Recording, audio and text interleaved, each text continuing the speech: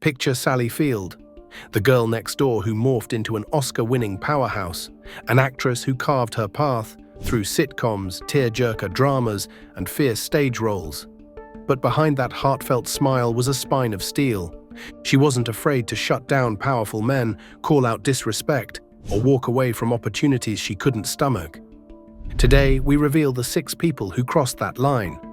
The men who thought they could control her, the shows that trapped her, the critics who belittled her, and even the icons who misjudged her.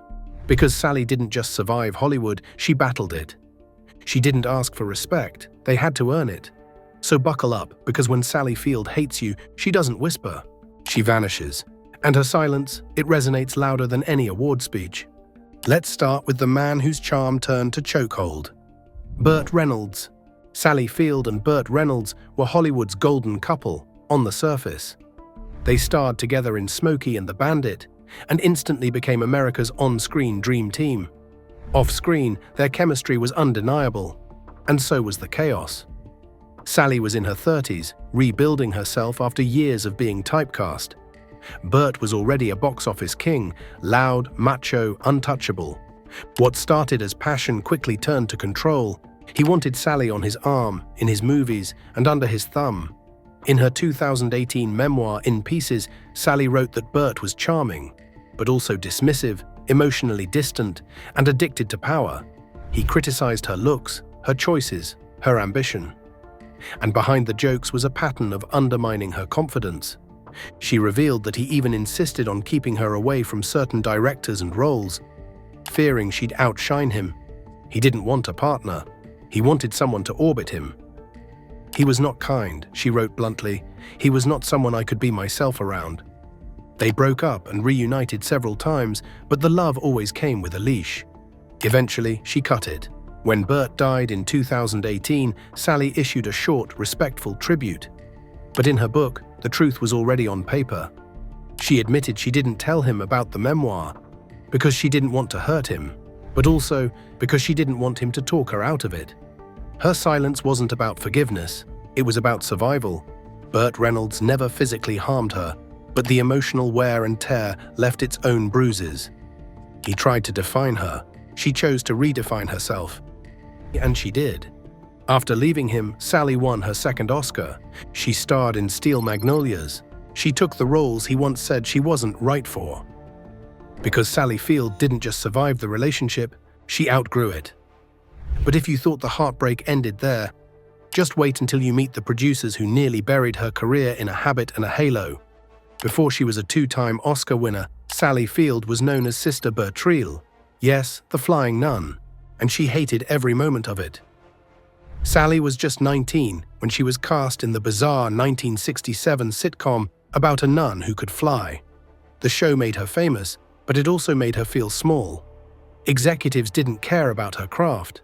They wanted a cute face and slapstick laughs. She later confessed, "I felt like a joke. I couldn't believe anyone took me seriously after that." Worse, when she tried to leave, the network threatened to ruin her career. She was trapped in the habit, literally and figuratively.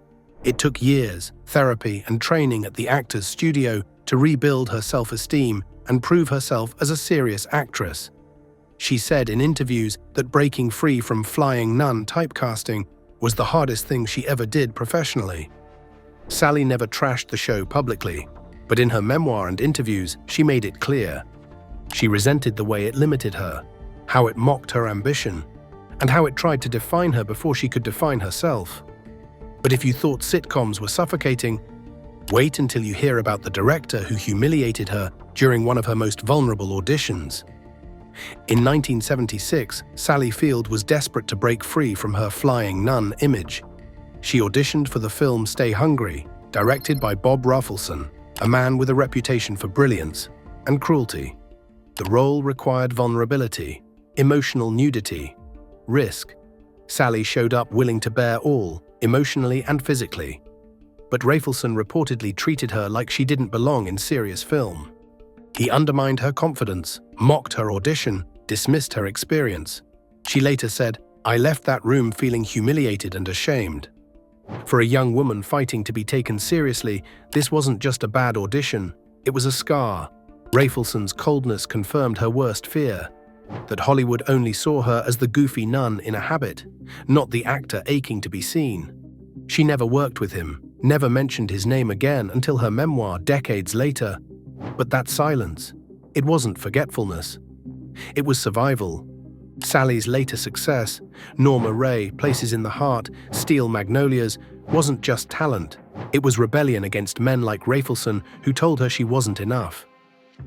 And if you thought this rejection stung, just wait until you hear about the co-star who dismissed her entirely, not because of her talent, but because of her age. When Sally Field joined the cast of Lincoln in 2012 as Mary Todd Lincoln, she was ready for a role that demanded power, poise, and emotional complexity. But while the film earned her praise, not every co-star was welcoming. Enter Tommy Lee Jones, brilliant, intense, and, according to Sally, totally uninterested in collaboration. In interviews, Sally hinted that Jones barely spoke to her off-camera. No camaraderie, no warmth, no eye contact unless the camera was rolling. She said it was like working with a stone wall. He was polite on set, but emotionally unavailable, cold, and disconnected.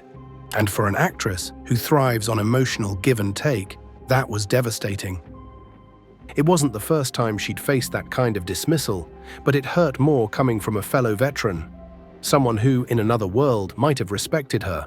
Instead, he reportedly saw her as the emotional one, not the equal.